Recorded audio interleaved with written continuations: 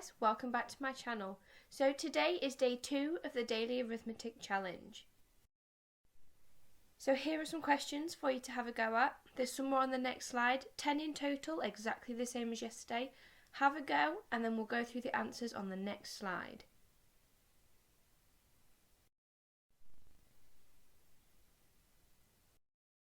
Right, okay, time to go through the answers.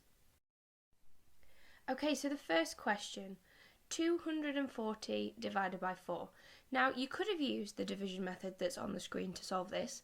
However, I always remind my year 6s to look for patterns. So if you look at the number 240, you could remove the 0, so divide it by 10, use the number 24 and spot that 24 is a multiple of 4. How many times does 4 go into 24? The answer is 6. So therefore, if 4 goes into 24 6 times, it must go into 240 60 times because that is 10 lots larger. The same goes for the next question, question number 12. Instead of looking at that number as 4,500, we could divide that number by 100 and just look at 45. Now I know my 9 times tables, so I know that 9 goes into 45 5 times.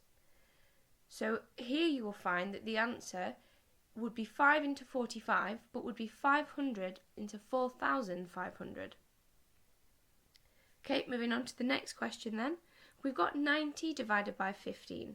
So for this one, you wouldn't even need to write out a method. You just need to make sure that you can confidently write down your multiples of 15, which again, not a particularly difficult set of multiples to write down. Moving on to question number 14 then, so it's another one of these questions where the answer box is on the opposite side. There's actually nothing harder to do with this question. It isn't really a mystery number question. It is a straightforward subtraction, but they've just made it seem slightly more tricky because the answer box is on the wrong side. So in this one, just use the straightforward subtraction method. So number 15, this one is a missing number question. However, the answer is to do with partitioning. There isn't a method really that you need to do, other than to look for the only value in the number that hasn't been written. So as we can see in the original number, our first value is 5. We know that, we've written that one down in our answer. If we move across to the next value, it's a 0. We don't need to write that out because there is no value in that one. We move across to the next one, which is a 3. Now if we remove the rest of the digits behind it, turning them to a 0, we can see that that stands for 30,000. So therefore 30,000 is the missing number, because if we continue to work through it, the next number is 0, the next number is 0, so they don't need to be written down, and the next number is 4, but as it's in the tens column, it's 40 as opposed to just 4. Moving on to number 16, this is one that my year 6s can quite often make silly mistakes with, and it's all down to place value. So if you look underneath at the working out, we've got 20 take 8.5. I would always put my placeholder at the end of the 20 and the decimal point in the correct place, so that I am making sure that I am putting my numbers in the correct column for their place value, and then after that the subtraction method is just exactly the same as you'll always do.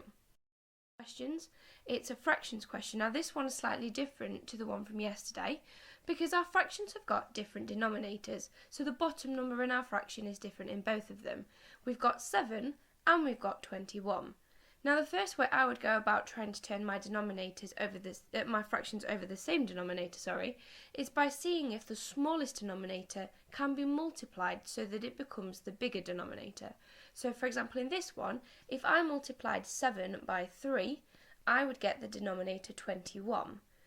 Now that means whatever I do to my denominator, I must also do to my numerator. So my numerator in that fraction is 5. So I'm going to multiply 5 by 3 like I multiplied my 7, which would give me 15. So my new fraction is 15 over 21, subtract 4 over 21.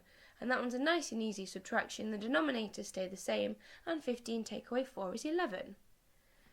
Number 18, we've got 0.01 divided by 10.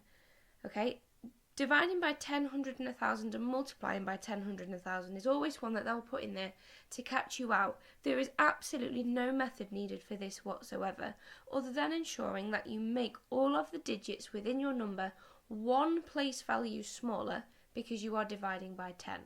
If you were dividing by 100, you would make all of your numbers 2 place values smaller, and then it would move forward like that. In number 19, what is 3/4 of 1,000? So again, it's just knowing very, very quick facts. It's knowing that half of 1,000 is 500, a quarter of that would be 250, and then to find 3/4 of that, I would add a half and a quarter together to give me 750. Okay, moving on to number 20. 743 multiplied by 32. Now, I always recommend that my year 6s circle the tens number.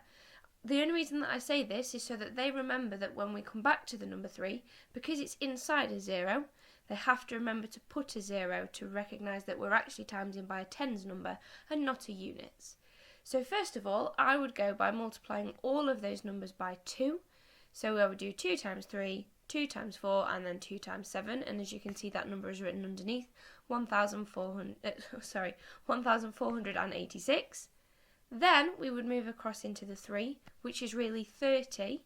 So I would put my 0 there to symbolise that I'm timesing by a tens number, and then I would do the same method again. So I would do 3 times 3, 3 times 4, and then 3 times 7, giving me the answer 22,290. And then to find the total answer altogether, I add together the two numbers that I've just found, and that here has given me 23,776. Well done today, guys. Thank you to everybody that commented after yesterday's video. Please comment down below when you've had a go at this, and I'll see you again later. Bye.